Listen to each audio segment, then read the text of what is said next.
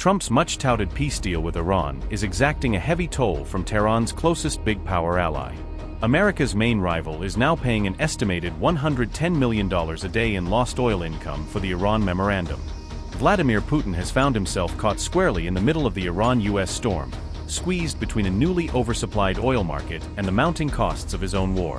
Did Donald Trump unintentionally hurt his friend in Moscow, as the Iran deal that lowers tensions in the Gulf also undercuts the high oil prices propping up Putin? Donald Trump's peace arrangement with Tehran has, by some estimates, cost Vladimir Putin around $110 million per day in oil revenue, stripping away a crucial source of hard currency for Russia's embattled economy. A steep plunge in oil prices since the agreement took effect has hammered Russia's export sales, turning once lucrative cargoes into far less profitable shipments and squeezing Moscow's already strained budget.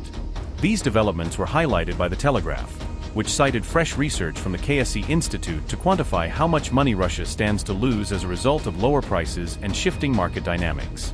According to that analysis, a $15 drop in oil prices is enough to slash Putin's combined revenues from crude and oil products by roughly $110 million every single day, eroding his fiscal cushion at high speed. Benjamin Hilgenstock said, and I quote, "At some point we're going to return to the market as it was before the Iran war, and it could be potentially an even more oversupplied market. So this is going to get worse for Russia, and the pain is going to be serious, because the Russian budget didn't perform well even during the period of windfall earnings." End quote.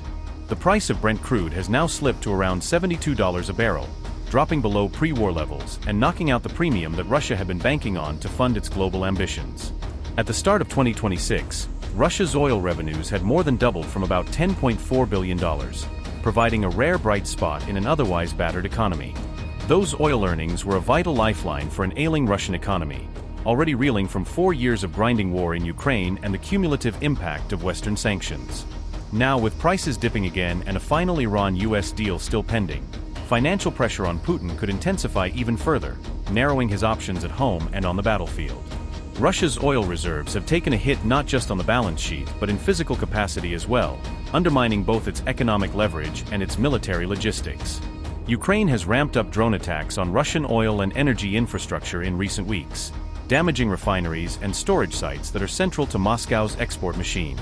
Meanwhile, Iran has reportedly exported around 36 million barrels of oil since signing the memorandum, flooding the market with additional supply and deepening the price pain for Russia's wartime economy.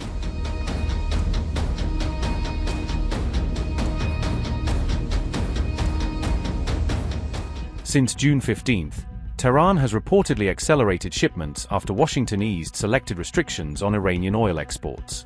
Another 36 million barrels of Iranian crude reportedly remain at sea, awaiting delivery to international buyers. The figures suggest Iran could rapidly ramp up exports if regional tensions continue to ease in the coming weeks. Iran's oil shipments had previously fallen to their lowest levels in 6 years amid the impact of America's Hormuz blockade.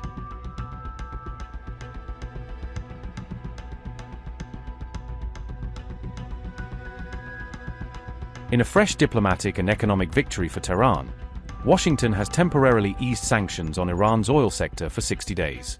U.S. Treasury Secretary Scott Bessent announced the limited sanctions relief measure on June 22.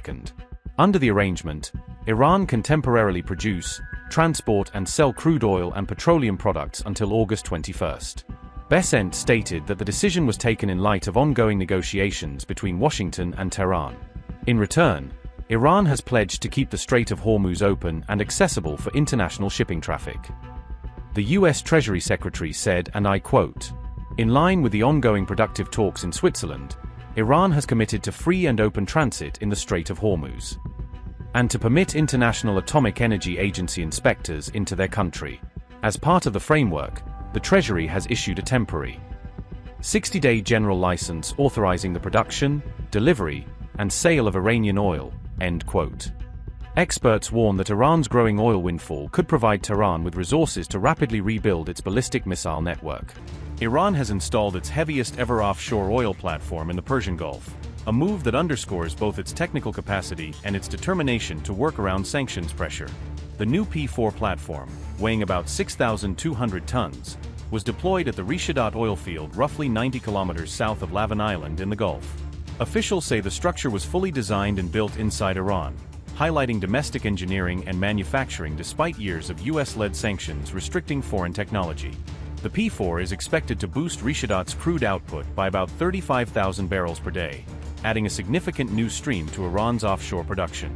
In addition, the platform can inject around 80,000 barrels per day of water into the reservoir, a key technique used to maintain pressure and sustain current production levels over time. Iranian engineers used a complex float-over installation method to position the massive topside on its base, reflecting growing expertise in advanced offshore construction techniques. Experts note that US sanctions delayed the project by limiting access to specialized equipment and know-how, stretching timelines and increasing reliance on local solutions. Iranian officials argue that completing the platform shows the country can adapt and ultimately defeat sanctions pressure by building up its own industrial capabilities. Since 2018, Tehran has increasingly leaned on domestic firms and engineers for energy development, from drilling and platform construction to subsea systems. The Rishadat upgrade represents a major boost to Iran's offshore oil sector, expanding capacity just as diplomatic conditions start to ease.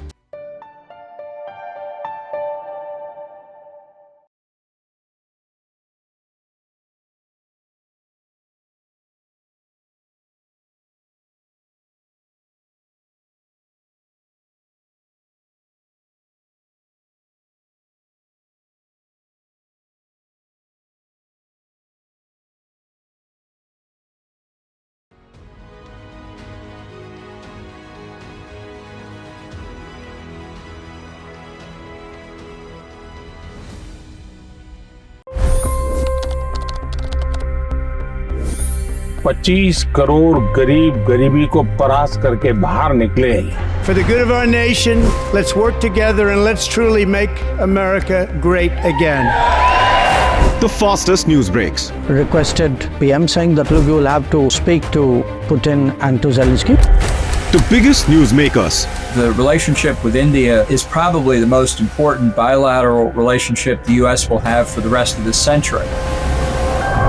The capital delivered quite an election result today. Expert analysis. The million-dollar question today is how to stop this dance of death. Ground reports. I'm standing at the crossroad of the Kumbh Mela. Behind me are more than 100 entry ghats. Long-form interviews. Exclusionary politics is reflected in Manipur case as well. You don't bother because this is a small state.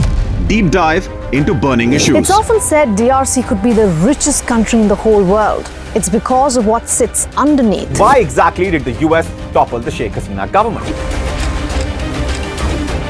HT videos. We don't just break news, we break it down.